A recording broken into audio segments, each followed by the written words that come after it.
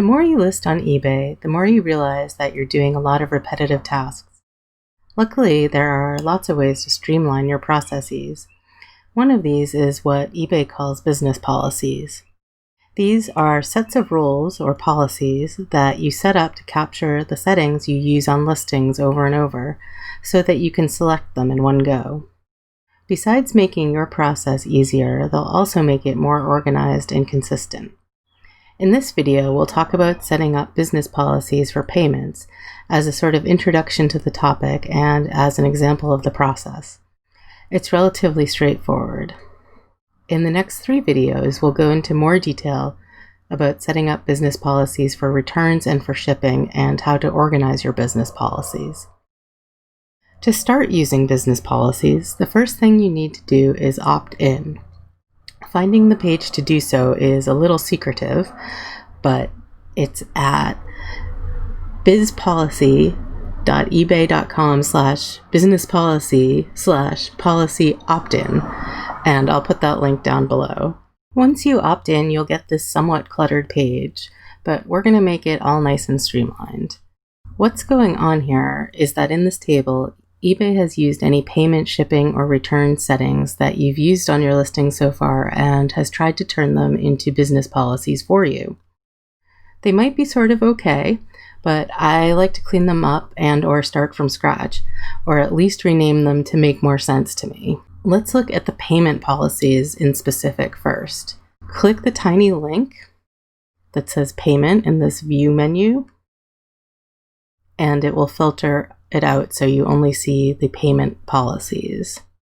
You can also close this annoying pop-up, which is very insistent. Your policy might look a little different if you're using managed payments, but the concept is totally the same. So you're probably going to stick with just this one business policy for payments, and it will be either for accepting only PayPal or only eBay managed payments. Now, there are options to set up payment business policies to accept checks, money orders, cash in person, credit cards processed through an existing merchant account. These are legacies of how eBay used to work in the olden days, especially the whole money order shtick. I believe you can still set up these policies, but you probably are not going to want to.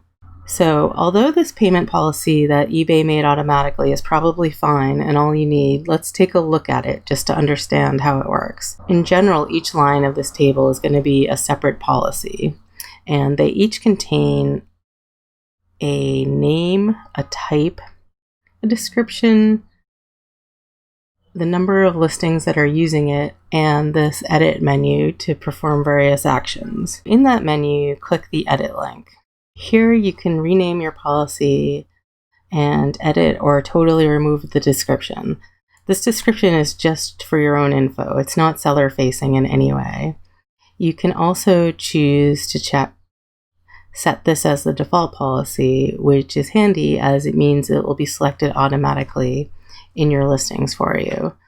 So I'm going to keep this as PayPal. I'm going to put a star in front of it so I know that it's my setting that I checked out and edited. I'm going to just leave my policy description as PayPal. I'm going to leave it as the default policy. I'm going to leave PayPal as the only method I accept. None of these arcane things here. One thing that is a decision you should make is whether or not to check require immediate payment when buyer uses buy it now. And I personally leave it unchecked for a few reasons. Firstly, I want to give my buyers more flexibility if that's going to help them make a purchase. I'm fine to wait a little to get paid. I also like to be able to send them an invoice before they pay in order to adjust for any special arrangements about shipping or combined shipping that we've made through eBay messages or offers. Thirdly, I like to give them the opportunity to browse my store and put more things in their cart before they check out and pay. So I'm going to leave this unchecked. I don't customize anything else here or add payment instructions.